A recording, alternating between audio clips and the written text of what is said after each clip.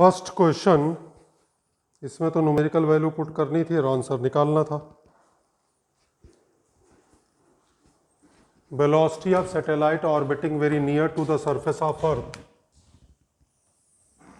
ये हमने डिराइव कराया है अंडर रूट GR। जी को 10 ले लो, 6400 किलोमीटर, और ये आ गया 8000 मीटर पर सेकंड अप्रॉक्सीमेटली, या 8 किलोमीटर पर सेकंड। थोड़ा सा कम होगा 8 से, 9.8 लेंगे तो। अगला है टाइम पीरियड, तो हमने आपको पढ़ाया T = 2 pi under root R upon G। R कितना?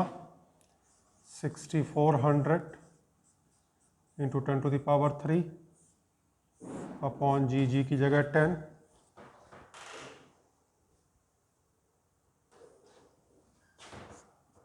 टू पाई और इसका अंडर रूट आ गया 80 और इसका आ गया 10, 800। 1600 पाई का मतलब 3.14।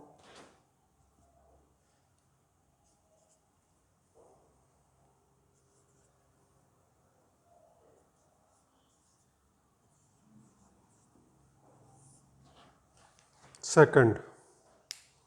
इसे मिनट में कन्वर्ट कर लेते हैं।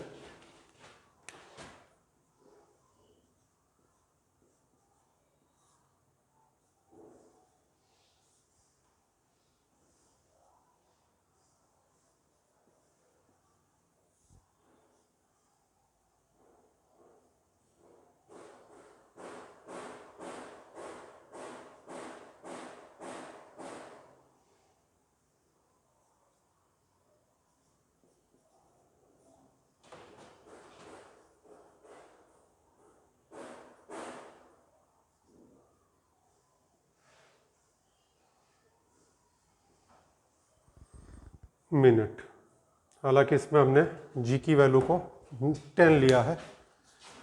इसकी एग्जैक्ट वैल्यू है 84.6 मिनट। तो इसकी एग्जैक्ट वैल्यू याद रखना, 84.6 मिनट। ये बहुत जगह आएगा। और इसकी अप्रॉक्स वैल्यू होती है 7.92 किलोमीटर पर सेकंड। तो ये दो स्टैंडर्ड वैल्यूज, इसमें सेकंड वाली वैल्यू तो याद रखना है आपको 84.6 मिनट, क्योंकि ये सिंपल हार्मोनिक मोशन पढ़ाएंगे उसमें भी आएगा, ये कई जगह आएगा। Second question. सेकंड क्वेश्चन में वो कह रहा है कि एक satellite very near to the surface of earth revolve कर रहा है। तो very near to the surface of earth अगर रिवॉल्व कर रहा है तो उसकी वेलोसिटी हुई अंडर रूट GR। वो कह रहा है कि कितने % वेलोसिटी में चेंज कर दिया जाए जिससे कि एस्केप कर जाए। तो escape velocity under root 2GR।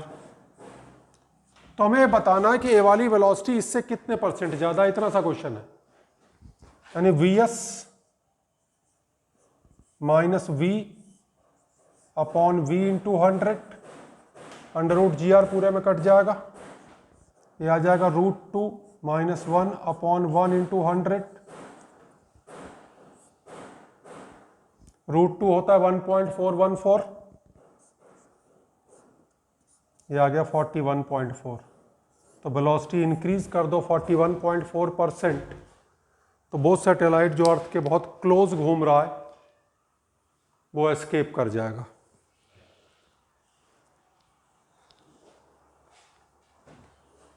Question number 3 last में करेंगे।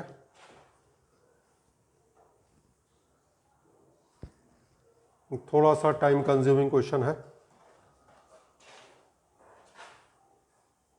पहले क्वेश्चन नंबर 4 पे आ जाते हैं।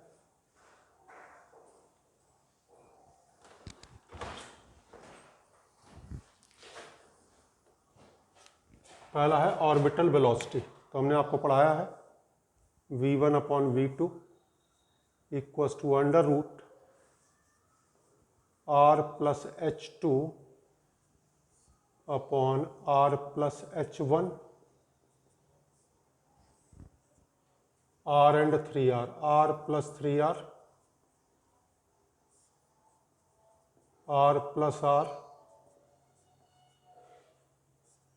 ये आ गया √2/1,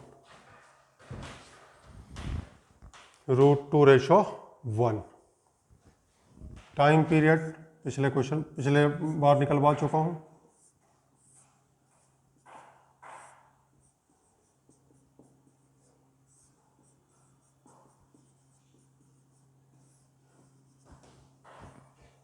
T1 square upon T2 square equals to R1 cube upon R2 cube. R1 को लिख दिया R प्लस H1, R2 को लिख दिया R प्लस H2। तो ये आ गया 4 to 8 और 8 का अंडर रूट हो गया 2√2। अब किसका पूछा है? फ्रीक्वेंसी का। अब फ्रीक्वेंसी जो होता है वो टाइम पीरियड का उल्टा होता है। तो F1 अपॉन F2 आ जाएगा 2√2/1 और जो फ्रीक्वेंसी का रेशो होगा वही ओमेगा का रेशो होगा 2√2/1। ये तो सिंपल से क्वेश्चन थे। 2 ही क्वेश्चन हैं जिनमें कुछ मेहनत करनी है। ये तो सीधे सीधे क्वेश्चन थे। चलो क्वेश्चन नंबर 5 भी पहले कर देते हैं। ये भी छोटा क्वेश्चन है लेकिन अच्छा क्वेश्चन है। उसने कहा कि अगर न्यूटन्स लॉ ऑफ ग्रेविटेशन हो जाए Gm1 m2 अपॉन r की पावर n, तो केपलर का थर्ड लॉ क्या हो जाएगा? अभी क्या होता है? Gm1 m2 upon r square, तब केपलर्स लॉ होता है t square is directly proportional to r cube. तो जब भी इस तरह का क्वेश्चन आ जाए तो वापस आप डेरिवेशन की तरफ जाएं कि आखिर हमने केपलर थर्ड लॉ डराइव कैसे किया था। तो अभी थोड़ी देर पहले डराइव करवाया है मैंने।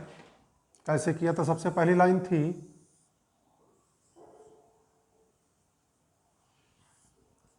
Centripetal force equals to centrifugal force.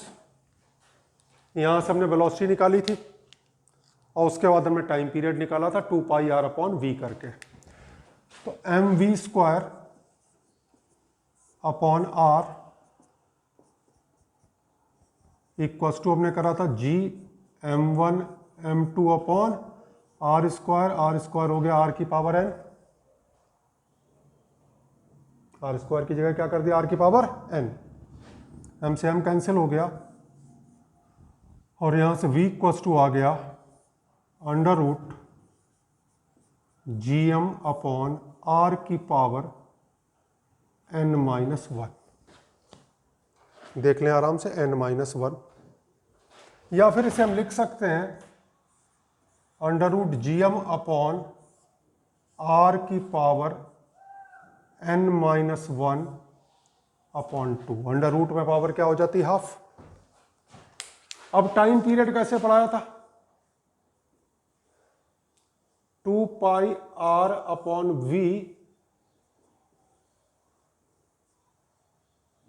v की जगह under root Gm upon r की पावर n-1 अपॉन 2। ये बन गया 2π upon under root Gm r की पावर, यहां पावर कितनी है? 1 और नीचे से पावर आई n-1 upon 2।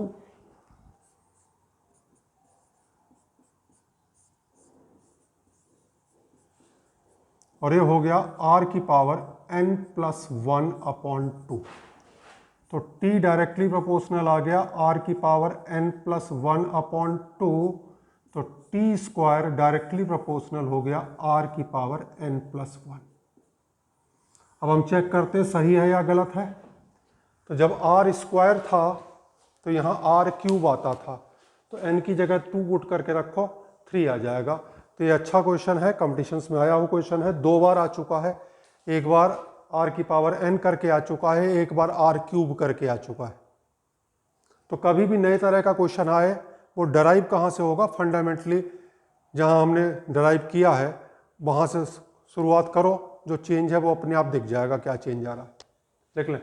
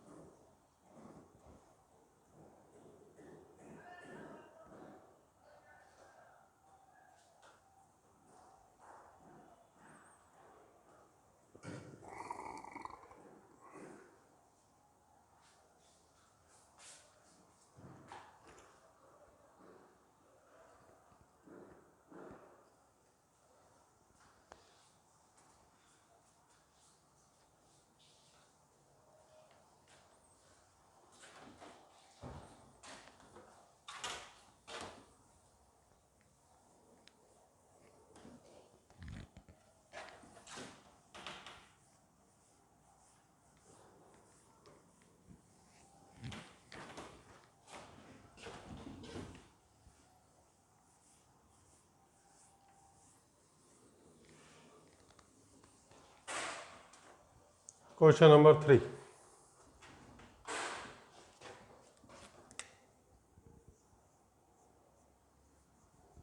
m1 m2 r distance पे रखे हैं, ए भी रेस्ट में है, ए भी रेस्ट में है। तो अगर हम एक कहें यहाँ काइनेटिक एनर्जी कितनी है, तो काइनेटिक एनर्जी है 0 + 0 = 0, और पोटेंशियल एनर्जी है -gm1m2/r1। अब ग्रेविटेशनल फोर्स की वजह से एक दूसरे को अप्रोच करेंगे। थोड़ी देर बाद m1 की वेलोसिटी हो गई v1,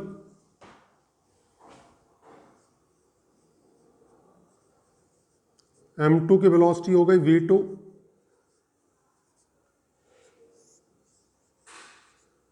डिस्टेंस हो गई r2। अब हमने लगाया kinetic energy 2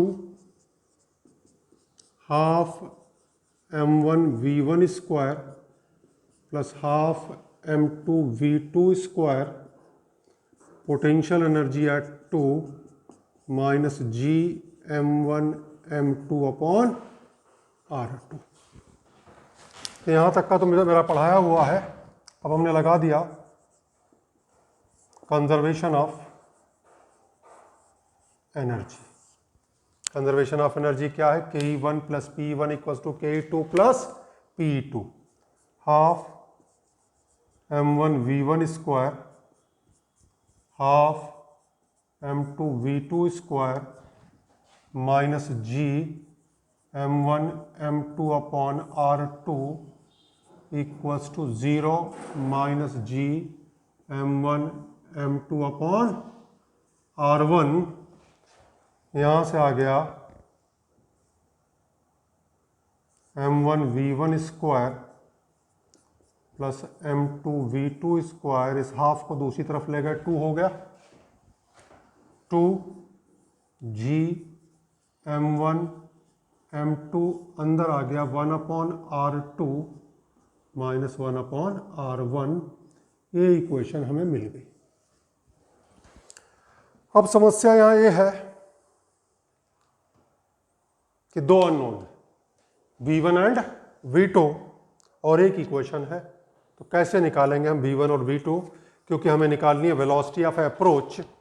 relative velocity of approach का मतलब हमने आपको बता दिया था v1 प्लस v2। फिलहाल इतना लिखो, फिर आगे बताते हैं कैसे करेंगे।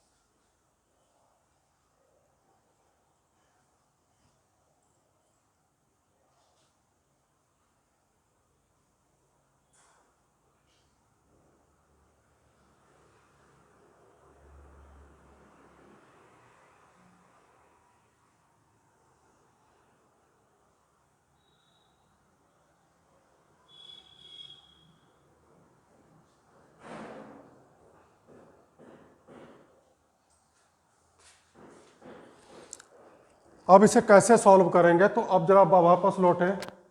कुछ समय पहले हमने आपको पढ़ाया था कंजर्वेशन ऑफ लीनियर मोमेंटम, जिसमें हमने कहा था internal forces linear momentum change नहीं कर सकते।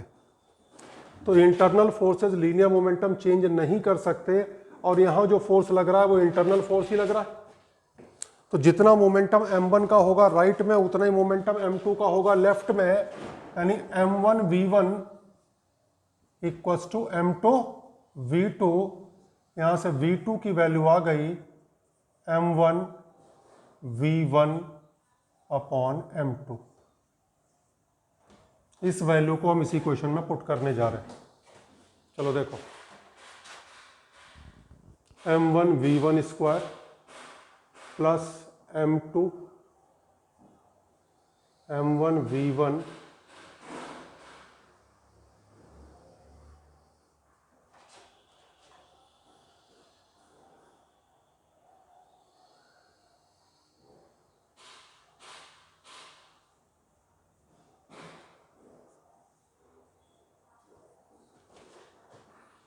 ठीक, नीचे m2 स्क्वायर है, m2 है, तो नीचे बचेगा m2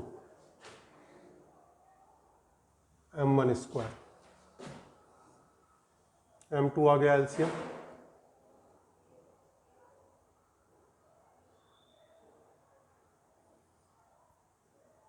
m1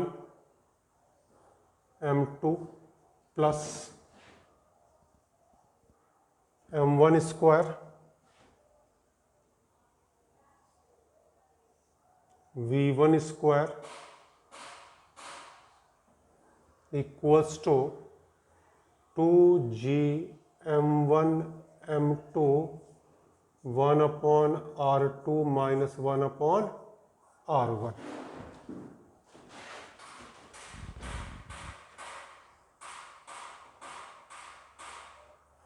इसमें से कॉमन आ जाएगा m1, इसमें से कॉमन आ जाएगा m1, तो अंदर बचेगा m2 प्लस m1।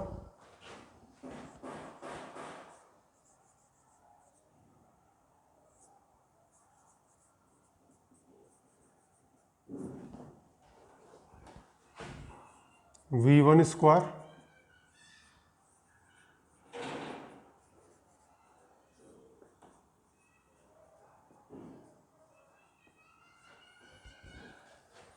m1 से m1 कैंसिल हो जाएगा, इधर आ जाएगा m2 स्क्वायर और v1 स्क्वायर आ जाएगा 2g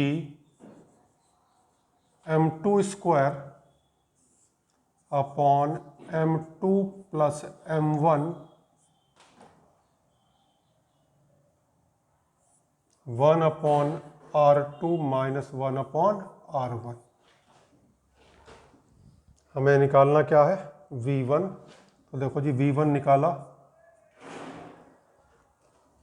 तो m2 तो बाहर आ गया,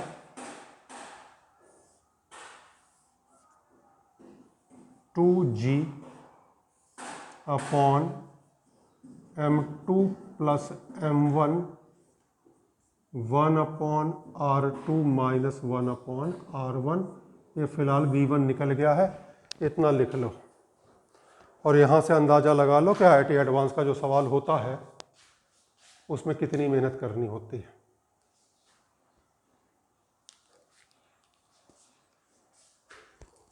या चलो पूरा ही सॉल्व कर देते हैं। v1 निकल चुका है,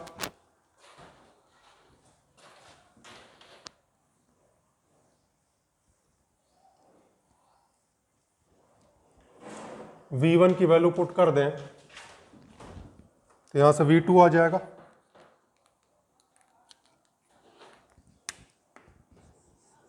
देखो v2 के लिए क्या करना है, m2 से डिवाइड करना, m1 से मल्टीप्लाई करना। तो जहाँ m2 लिखा वहाँ m1 आ जाएगा, m1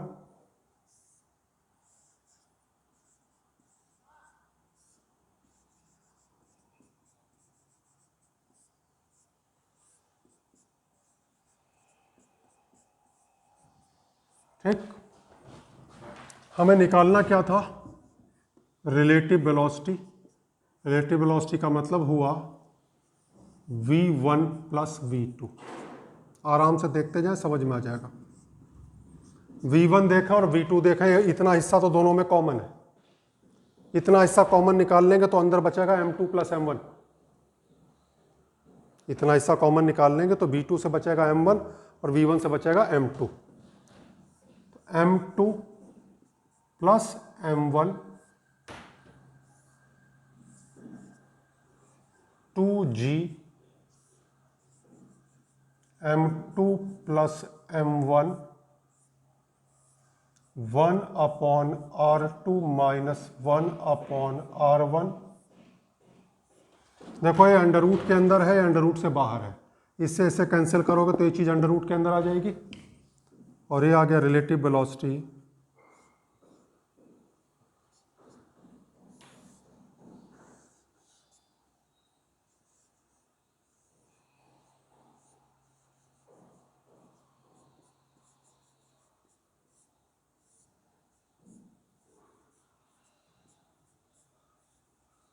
इधर भी एलसीएम लेना चाहो ले लो, नहीं लेना चाहो ऐसे ही छोड़ दो।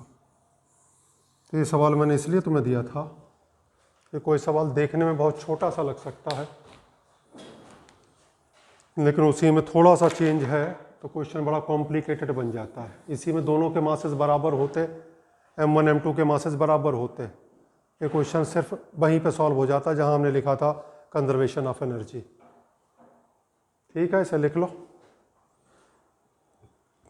एक लेक्चर का भी और बचा हुआ है, ग्रेविटेशन।